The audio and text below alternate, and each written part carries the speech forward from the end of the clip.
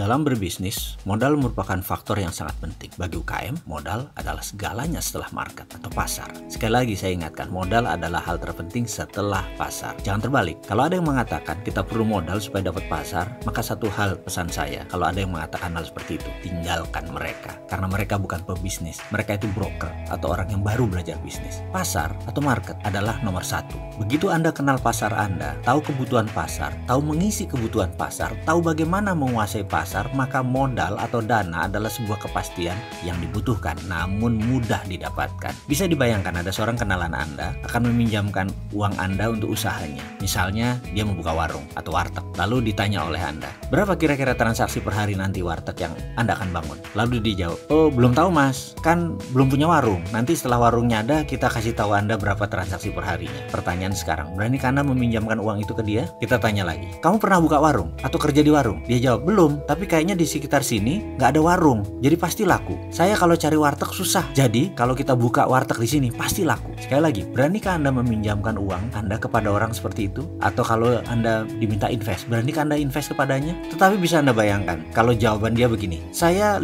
tahun bekerja di warteg, lalu sejak 3 tahun yang lalu saya buka warteg kecil-kecilan dengan paman saya di daerah Pamulang. Sudah jalan bagus, lalu saya sekarang ingin buka sendiri. Kebetulan ada lokasi bagus di sekitar Blok M. Karena di sana nggak ada warteg, ada tempat murah lagi kebetulan, deket terminal lagi. Jadi saya mau ambil. Kebetulan juga supir angkot langganan kami yang di Pamulang itu kan bolak-balik Blok M Pamulang. Dia cari warteg di Blok M susah. Jadi karena itu saya mau buka di sana. Kebetulan saya punya modal separuh lagi saya perlu modal. Dengan penuturan seperti itu, akankah Anda invest kepada investasinya? Jawabannya pasti iya. Bahkan secara psikologi kejiwaan, Anda siap rugi bergabung bisnis dengan dia. Kenapa? Karena dia sudah mengerjakan homeworknya, sehingga kepercayaan Anda atau trust Anda naik. Jadi walaupun rugi, Anda siap bersama dia. Baik, kita lanjutkan. Saya ingin memberi pelajaran tentang arti psikologi dalam berbisnis dalam video kali ini. Dalam aplikasi psikologi yang diterapkan dalam bisnis, banyak faktor yang akan kita bahas. Ada perilaku pasar, ada sifat pembeli, ada perilaku individual dalam organisasi, ada budaya perusahaan, ada social value atau nilai sosial, dan banyak ragam lain. Kita beri ilustrasi sederhana. Kita bayangkan dalam benak kita sekarang, Anda berada di daerah Muslim. Sebuah toko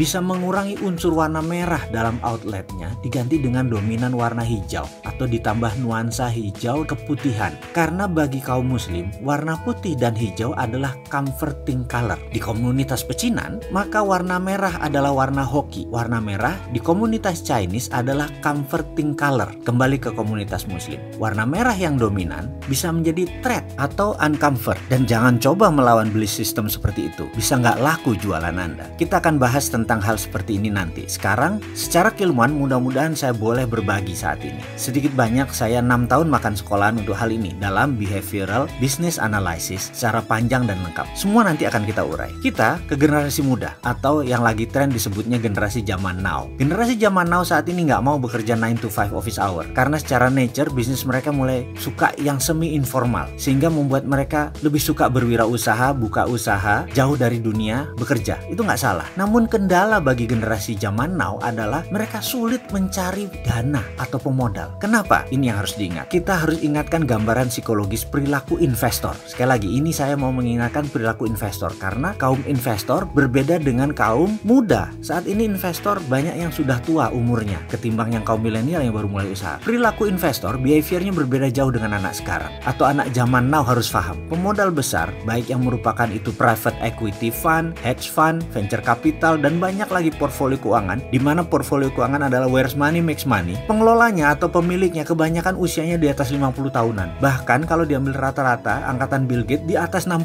tahunan. Mereka lahir di atas tahun 55-an sampai 70-an. Itu adalah kaum investor kebanyakan usianya di sana. Di mana pada saat internet booming itu adalah masa periode angkatannya Bill Gates. Angkatan sekarang adalah angkatan pemanfaat isinya internet karena itu banyak digital. Perbisnis berbasis digital ini kebanyakan anak-anak muda. Sementara yang menguasai keuangan usianya di atas 55 tahun. Para investor semua di atas 55 tahun. Sementara sekali lagi ciri mereka bukan gadget minded. Sementara anak muda sekarang gadget minded. Sekali lagi ini harus diperhatikan perbedaannya. Mereka masih merupakan manusia yang membutuhkan presentasi fisik, kehadiran fisik. Mereka masih memerlukan berhadapan dengan Anda. Mereka masih melihat bagaimana Anda di meja makan. Bagaimana cara Anda berbicara dengan santai. Apa topik pembicaraan Anda. Dari sana dia bisa melihat isi isi kepala Anda. Mereka masih memerlukan melihat langsung vibrasi Anda, getaran Anda. Mereka ingin melihat body language Anda. Mereka masih ingin bertatap langsung ekspresi wajah Anda. Mereka tidak pedulikan dengan presentasi yang mengkilat, yang keren. Mereka masih ingin melihat sepatu apa yang Anda pakai, jas apa yang Anda pakai, kepercayaan diri seperti apa yang Anda ingin munculkan. Itu masih penting